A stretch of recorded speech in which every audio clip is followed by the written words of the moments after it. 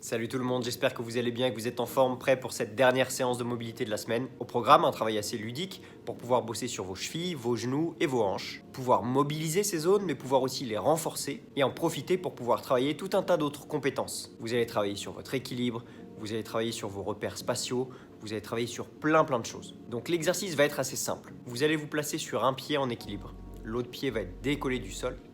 Et vous allez tendre la jambe qui est hors du sol le plus loin possible vers l'avant. Vous ne vous laissez pas tomber vers l'avant, vous ne vous laissez pas tomber vers l'arrière, vous restez bien en équilibre sur votre jambe d'appui et évidemment tout le poids de votre corps ou presque est sur cette jambe d'appui. Une fois que c'est fait, vous allez délicatement poser le pied avant, donc le pied de la jambe libre, au sol et transférer votre poids de corps très lentement vers la jambe avant. Donc la jambe qui était précédemment votre jambe d'appui va se décoller du sol très progressivement et vous allez prendre tout le poids de votre corps sur la jambe avant. Vous restez quelques secondes dans cette position, puis vous faites le chemin inverse pour revenir sur la jambe arrière, toujours de la même façon, donc très lentement, passage d'une jambe à une autre, chargement d'une jambe à une autre.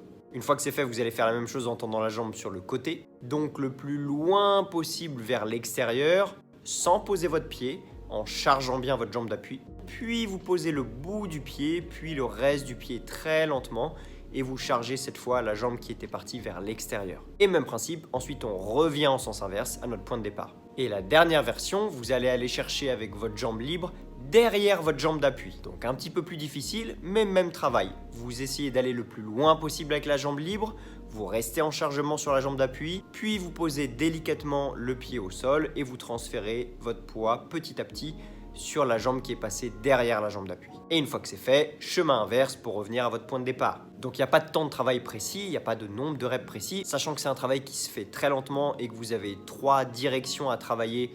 Vous pouvez vraiment compter sur au minimum 1 minute par jambe. Et évidemment, rien ne vous empêche de travailler sur davantage d'angles. Essayez d'expérimenter un peu, de rechercher des angles qui vous posent problème ou au contraire des angles intéressants pour vous. L'idée de ce type de travail, c'est quand même de pouvoir passer d'une position à une autre en étant en contrôle en permanence. Parce que c'est sûr, c'est très bien d'être à l'aise dans plein de positions différentes, mais si vous avez du mal à passer d'une position à une autre en contrôle, ça peut devenir encore plus problématique. Donc du contrôle, du contrôle, du contrôle.